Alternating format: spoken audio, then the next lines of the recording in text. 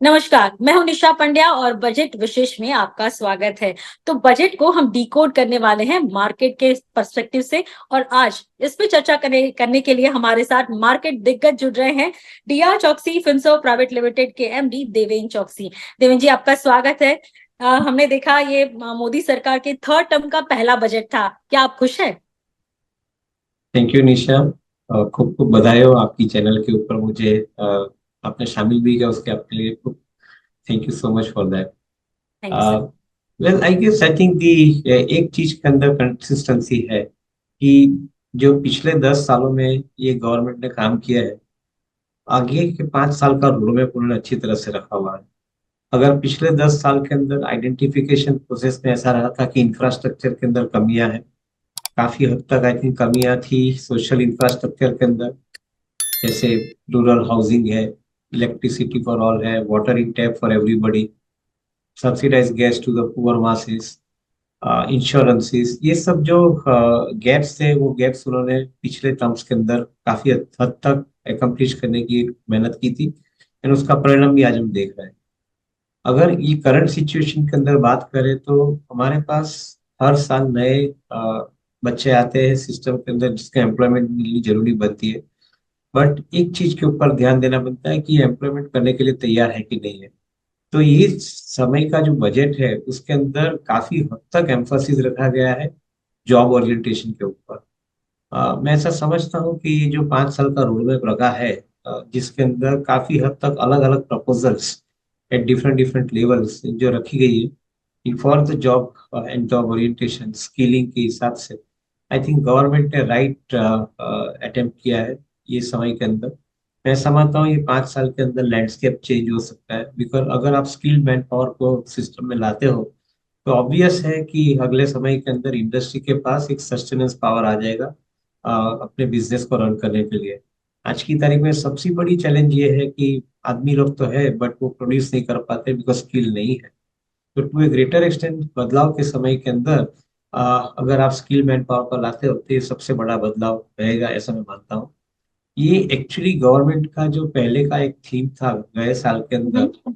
Thrust था कि agriculture, infrastructure, manufacturing, ये जो थ्रस्ट उन्होंने रखा था उसके साथ में ये चीज को जोड़ दिया गया है। उसके अंदर एम्प्लॉयमेंट को जोड़ दिया गया है, उसके अंदर स्किलिंग को जोड़ दिया है, उसके अंदर फार्मर्स के जो नई सुविधा देनी है उसको भी जोड़ दिया गया है। तो to a hmm. Greater extent मैं ऐसा मानता हूँ कि ये बजट काफी हद तक प्रोग्रेसिव रिफॉर्म की तरफ आगे बढ़ रहा है। वहीं अगर मार्केट की दृष्टि से देखा जाए तो मार्केट थोड़ा कंफ्यूज लग रहा है। जैसे short term capital gain tax हो या long term capital gain tax हो या फिर एफएनओ पे लगाए टैक्सेस हो। आपको लग रहा है कि क्या हम बैंक्स में कम डिपॉजिट देख रहे हैं और सारा पैसा इक्विटी मार्केट में आता देख रहे हैं, उसको डाइवर्सिफाइड करने की कोशिश की गई है ताकि लोग कम निवेश करें मार्केट में? ना, ऐसा नहीं लगता है, but part B of the budget which is taxation related, I think मेरे ख्याल से काफी हद तक उनके अंदर ये रिफॉर्म्स आने की जरूरत है। To a greater extent finance minister ने एक चीज की बात भी की है कि they want to bring in the new tax code. Hmm. बहुत जरूरी है। काफी सालों से हम सुनते आ रहे हैं कि डायरेक्ट टैक्स कोड बदलना जरूरी बनता है। आपने इनडायरेक्ट टैक्स कोड के अंदर चेंज किया, जीएसटी लाए, बदलाव आपने देखा। डायरेक्ट टैक्स कोड के अंदर इतने साल से बात कर रहे, चेंज नहीं ला रहे, बदलाव आप नहीं देख रहा है। मैं ऐसा समझता हूँ कि आई थिंक ये अभी इम्परेटिव है कि आपको टैक्स कोड बदलना चाहिए, और जब टैक्स कोड बदलने की बात हो रही है वो समय के अंदर डायरेक्ट टैक्सेस के अंदर इतने चेंजेस नहीं लाने चाहिए। ये गलत है कि आप अलग अलग तरीके से नए नए टैक्स इंक्लूड करते जा रहे हो। आपने एसटीटी बढ़ा दिया, समझ सकता हूँ कि एफएनओ का वॉल्यूम आपको कम करना है, समझ सकता हूँ। Short term capital gain tax को आपने 20% कर दिया, जरूरत नहीं थी। क्योंकि एक चीज के ऊपर ध्यान देते हैं कि अगर आप short term capital gain tax कमाते हैं तो उसके सामने आपको खर्चे कौन से बाद मिलते हैं। अगर आप टैक्स पेयर के तरीके से कोई खर्चे को बात नहीं कर सकते हो, तो अगर खाली टैक्स ही भरना है तो I think that is not correct. एक तरफ आप बता रहे हैं कि नई कंपनियों को हम 15% टैक्स के अंदर सुविधा दे रहे हैं, दूसरी तरफ आप बता रहे हैं कि हम 20% टैक्स चार्ज करने के बाद आपको कोई सुविधा नहीं देने वाले, आपको टैक्स डिडक्शन के लिए कोई भी एक्सपेंडिचर नहीं मिलेगी। गलत है, ये प्रिंसिपल डिफीट कर रहा है एक्चुअली। जब भी पहले 15% टैक्स रखा था तभी एक समझ में आई थी बात कि आप कोई एग्जम्पशन नहीं दे रहे हो, डिडक्शन नहीं दे रहे हो। तो समझ सकते हैं कि आपने एक टैक्स रखा है शॉर्ट टर्म के ऊपर 15% का, जस्टिफाइड था, आज जस्टिफाइड नहीं है, तो ये थोड़ा थॉटलेस व्यू लिया गया है, ऐसा मैं मानता हूँ। दूसरी तरफ कैपिटल गेन टैक्स के अंदर भी जो 12.5% का आपने इंक्रीज किया है, 10 से 12.5%, उसके अंदर एक प्रिंसिपल को आप भूल गए हो। आपने जब ये एसटीटी इंक्लूड किया था तभी आपका मंतव्य यही था गवर्नमेंट का कि हम सिक्योरिटी ट्रांजैक्शन टैक्स लेने के बाद दूसरे कोई टैक्स नहीं लेना चाहते। एक तरफ आप सिक्योरिटी ट्रांजैक्शन टैक्स ले रहे हो, दूसरी तरफ आप long term capital gain tax 10% ले रहे थे, उसके सामने 12.5% चार्ज किए।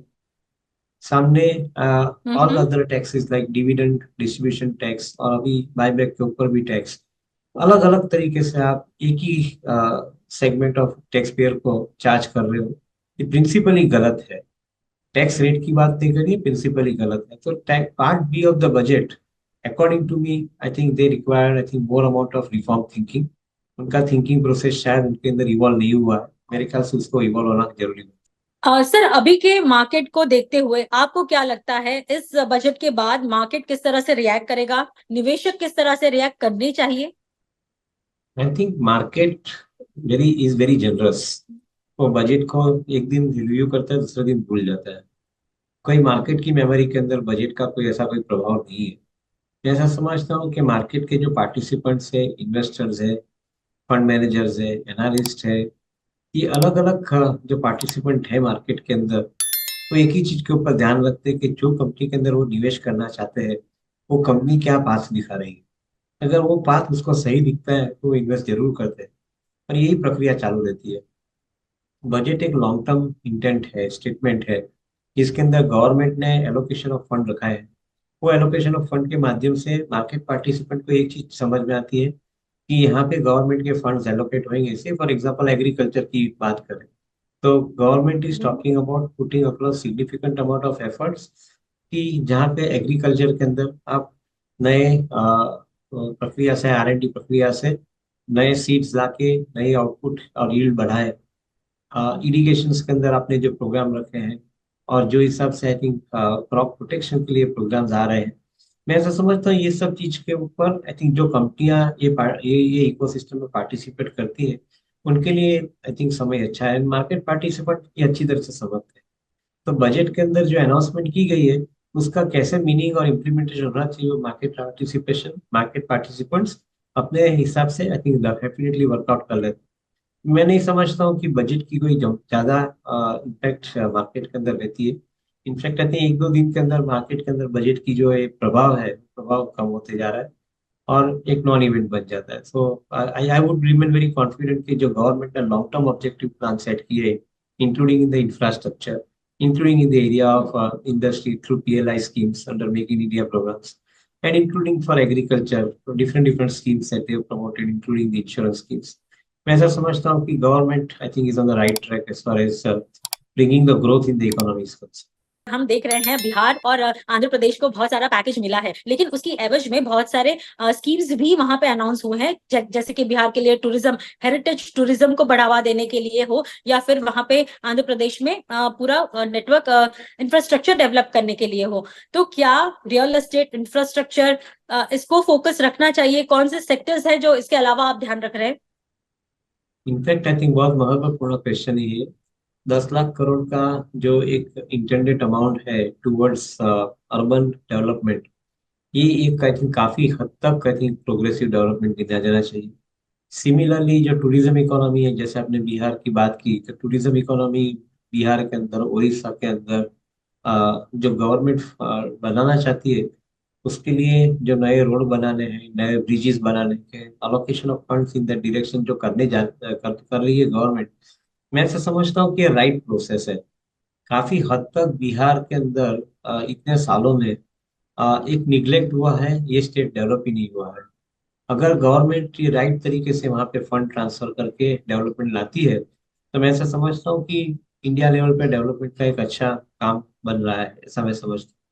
सिमिलरली आंध्र प्रदेश के अंदर भी ये रूरल इकोनॉमी है, इंडस्ट्रियल इकोनॉमी भी है, वहां पे भी आई थिंक एक इंफ्रास्ट्रक्चर लेड डेवलपमेंट सपोर्ट जरूरी बनता है, so that at least I think this two states particularly start contributing largely towards including from agriculture, क्योंकि दोनों स्टेट के पास एग्रीकल्चर की क्षमता बहुत बड़ी है, और उसके साथ में I think they are producing also very well in the agriculture space.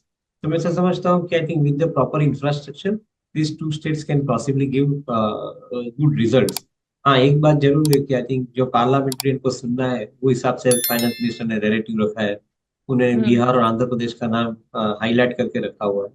But ऐसा मैं समझता हूँ कि उन्होंने ओवरऑल सब स्टेट्स के लिए प्रोग्राम रखा है। इनफैक्ट एक बड़ा प्रोग्राम ऐसा रखा है कि जो स्टेट रिफॉर्म प्रोसेस इंप्लीमेंट कर रही है उनको 50 साल तक आप इंटरेस्ट फ्री लोन दे रहे हो। तो ये सबसे बड़ी चीज है कि सेंटर की तरफ से स्टेट्स को एनकरेज किया जा रहा है रिफॉर्म प्रोसेस इंप्लीमेंट करने के लिए।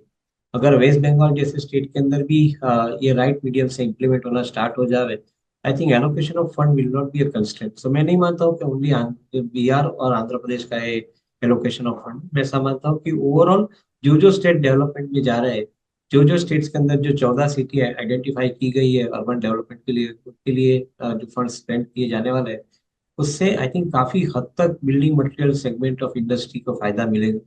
कंस्ट्रक्शन सेगमेंट और companies which are engage in construction business, I think उनको एक फायदा मिलेगा। तो मैं ऐसा समझता हूँ कि हम्म। ओवरऑल इसको पॉजिटिव गिना जाना चाहिए फॉर द इंडस्ट्रीज ग्रोथ। तो बजट एक बड़ा इवेंट था और उसके बाद अब आरबीआई का एक महत्व का एक कह सकते हैं डिसीजन होगा कि क्या आगे जाके रेट कट की शक्यता दिखेगी या नहीं। आप क्या एक्सपेक्ट कर रहे हैं, क्योंकि मार्केट की नजर अब वहीं पे होगी। बिल्कुल। आरबीआई का मेरे ख्याल से आई थिंक जो अप्रोच है वो बहुत कैलिब्रेटेड अप्रोच है। एक तरफ आरबीआई बोल रही है कि हमें रेट ऑफ इंटरेस्ट घटाना है, इन्फ्लेशन कंट्रोल होता है तब तक घटाएंगे। साथ में आरबीआई वो भी कह रही है कि आप डेरिवेटिव मार्केट के माध्यम से जो मार्केट में पैसा खींच रहे हो, वो पैसा बैंकिंग क्षेत्र के लिए आई थिंक काउंटर प्रोडक्टिव हो रहा है, क्योंकि बैंक की सेविंग डिपॉजिट वहां से निकल के आई थिंक मार्केट इंस्ट्रूमेंट में जा रही है। तो to a greater extent I think, and that too those market instruments which are speculative market instruments. तो एक कंसर्न का सवाल आरबीआई के लिए है। अगर आरबीआई और सेबी और फाइनेंस मिनिस्ट्री तीनों मिलजुल के चीज के ऊपर काम करते हैं, तो मैं ऐसा समझता हूँ कि आई थिंक जल्दी रेट घटाने की उनके पास जगह हो जाएगी। Maybe it is time that I think regulators come together in the financial market, or instead of I think keeping separate regulator for different financial instruments or asset class, I think they should be keeping I think a common regulator or super regulator for all the asset classes so that उसका benefit मिल सके। Sir बहुत बहुत शुक्रिया, हमारे साथ समय निकाल के इस चर्चा में जुड़े। बहुत बहुत शुक्रिया sir. Thank you so much। Thank you।